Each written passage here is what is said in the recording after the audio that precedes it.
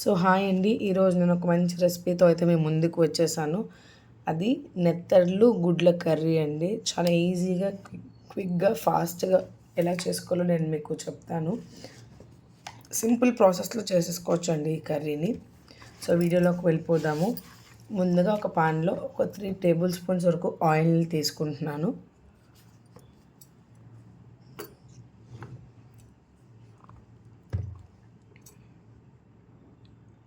అలాగే ఒక 3 పచ్చిమిర్చిని చిన్నగా కట్ చేసుకొని వాటిని వేసుకుంటున్నాను.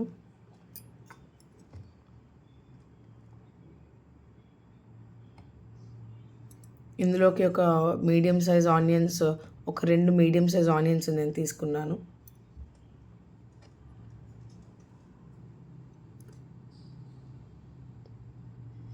కొంచెం కలర్ చేంజ్ అవుతున్న వరకు మనం వేపుకుందాం. కొద్దిగా కలర్ చేంజ్ అయిన తర్వాత ఒక 2 మీడియం సైజ్ టమాటోస్ని తీసుకోవాలి. అలాగే రుచికి సరిపడా సాల్ట్,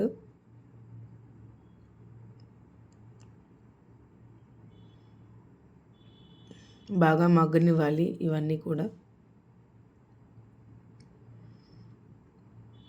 ఇందులోకి నేను అల్లం వెల్లుల్లి పేస్ట్ని వేసుకుంటున్నాను. సో నేను దీన్ని దంచుకొని పక్కన పెట్టుకున్నాను.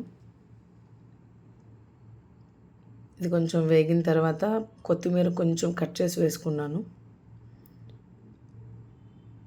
సో అంత బాగా కలుపుకోవాలి, అన్నీ బాగా మగ్గేలా చూసుకొని.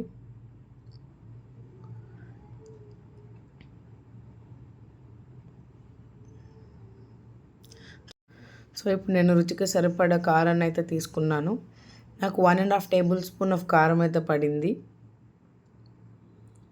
సో ఇవన్నీ బాగా మగ్గనివ్వాలండి కారం వాటికి.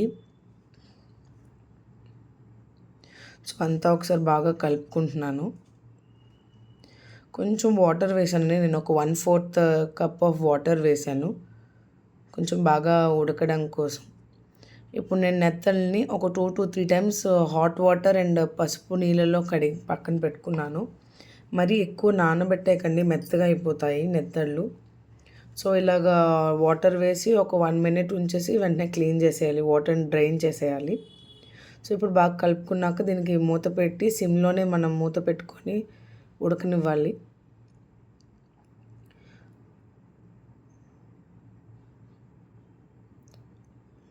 సో ఇలా మళ్ళీ మూత పెట్టుకొని ఒక 5 minutes అయిన తర్వాత తీస్తే సో ఇలా మనకి కొంచెం ఉడుకుతుంది. ఇప్పుడు నేను మళ్ళీ ఒక 1/2 కప్ వాటర్ని అయితే యాడ్ చేశాను.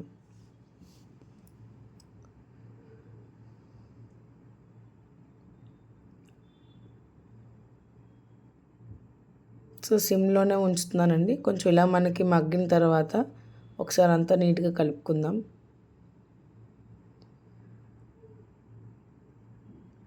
ఇప్పుడు నేను కొంచెం గరం మసాలా అయితే వేసుకుంటున్నాను. ఒక 1/2 టేబుల్ స్పూన్ వరకు గరం మసాలా వేసుకుంటున్నాను.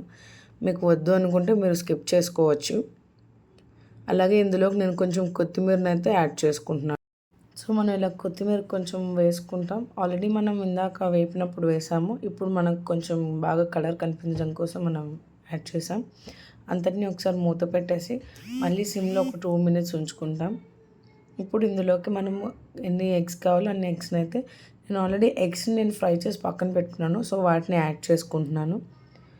అంతే అండి, చాలా ఈజీగా చేసేసుకోవచ్చు. సింపుల్గా, ఈజీగా, మంచి టేస్టీగా గుడ్లు నెత్తళ్ళ కర్రీని అయితే నేను మీకు చూపించాను. సో మీ అందరికీ ఒకవేళ నచ్చితే దయచేసి లైక్ చేయండి, షేర్ చేయండి, అలాగే నా ఛానల్ని సబ్స్క్రైబ్ చేయండి. Thank you for watching.